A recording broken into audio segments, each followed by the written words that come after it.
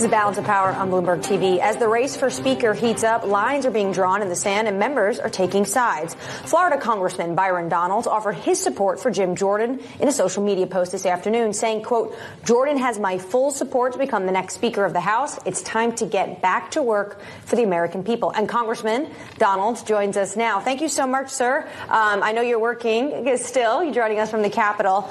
Just quickly, why Jim Jordan? Why this individual do you feel like you should be backing going into next week?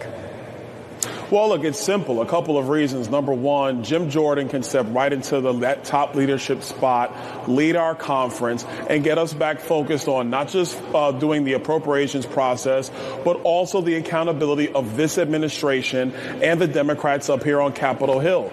Number two, Jim Jordan has been in the center of our political battles for quite some time. He knows the pitfalls. And number three, I do think it's time that we do have a sea change with respect to leadership in the Republican Party on Capitol Hill. That's in no disrespect to my friend Steve Scalise. I have a lot of respect for Steve, but I think the time has come for Jim Jordan to assume the gavel and become the next Speaker of the House. We know that Kevin McCarthy's office, or at least officials from Kevin McCarthy's office, have also chosen Jim Jordan. They're making phone calls on his behalf. Isn't that a bit too close to the prior leadership? No, I don't think so, because you got to understand, Jim was actually the founder of the Freedom Caucus. He's been a Freedom Caucus member his entire time here. He actually went through the committee ranks to finally be able to become the chairman of the Judiciary Committee. And yes, was he close to Kevin McCarthy? Was he supportive of Kevin McCarthy? We all saw it. We saw it in his speeches on the floor for the former Speaker. Sure. So I don't think that's an issue. I think what you're seeing there is that there are people who are working for Kevin McCarthy who've gotten to work with Jim Jordan and realize that, yes, he is conservative. Yes, he is principled. Yes, he is a fighter, but he has this institution's interest in heart and wants to do everything possible strategically and tactically to get our country back on track. Based off the conversations you're having at the moment, do you think Congressman Jim Jordan has the votes? If this was to go on the floor next Wednesday, does he have the backing of the majority of the party? I think it's 217 now, given someone has retired. Well, a couple things. I don't think anybody's there yet. This is all really just started today, a little bit yesterday, but really today is when this thing is really starting to pick up steam.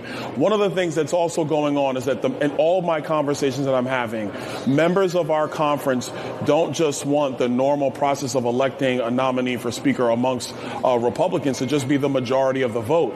Our members want to see somebody in the Republican conference have 217 votes before we take this vote to the floor. I think considering everything that's happened on Capitol Hill the last week, that is the prudent step to take, that our nominee for Speaker has to have the full support of the Republican conference, not just a majority of the support of the Republican conference. Well, Congressman, you know what it's like to be nominated.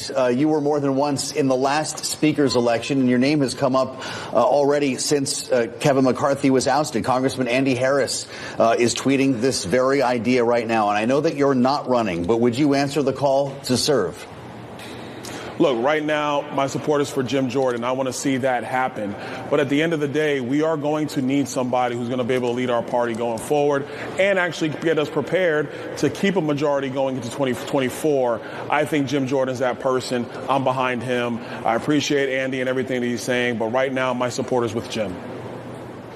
Well, Congressman Jim Jordan this morning was asked his thoughts on the rule that knocked out Speaker McCarthy from his seat. Take a listen.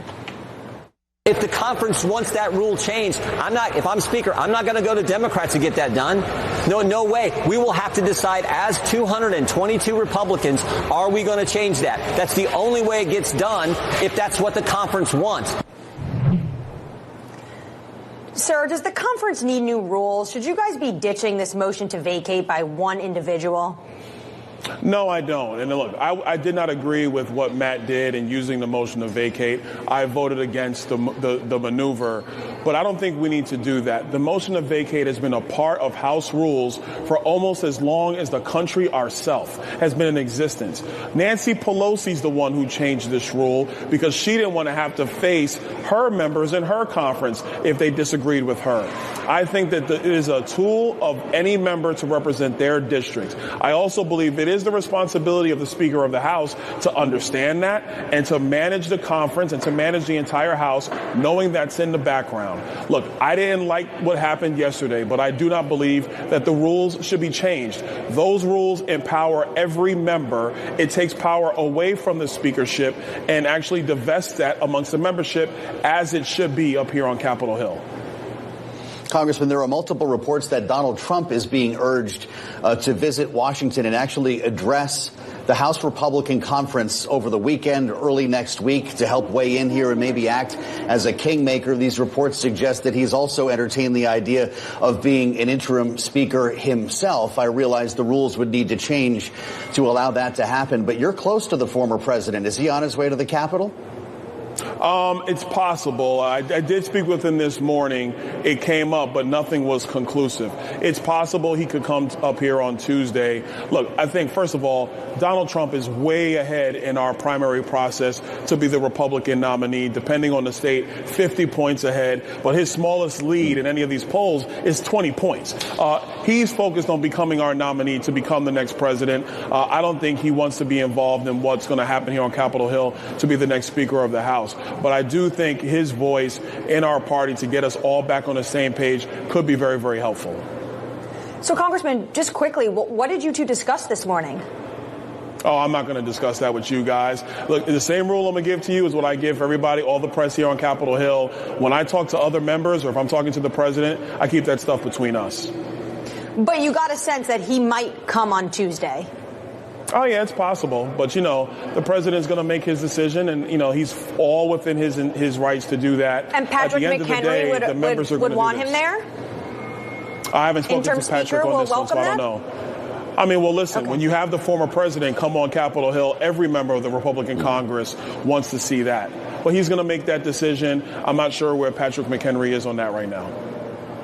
Is he glad Kevin McCarthy's out? No, I don't think so. Look, I think that President Trump, what he wants us to do is to hold Joe Biden and the Democrats accountable for all the terrible policy they've inflicted on this country. We're on Bloomberg television. No need to play politics. You see it yourself. The stock market, the bond market, border security, inflation hurting every family in our country, not to mention what's happened overseas from a foreign policy perspective. What most of your viewers probably don't know is that the United States has abandoned 4 embassies under Joe Biden. 4 embassies have been abandoned across the globe while Joe Biden has been president. That's outrageous. That has never happened to an American president. We have the master of disaster in the White House. He is not leading this country, and so we need to get focused and unified, and that's what we're going to do. Master of disaster. Congressman, let us know if the former president's coming. It's good to see you. Byron Donalds with us, the Republican from Florida, on Bloomberg.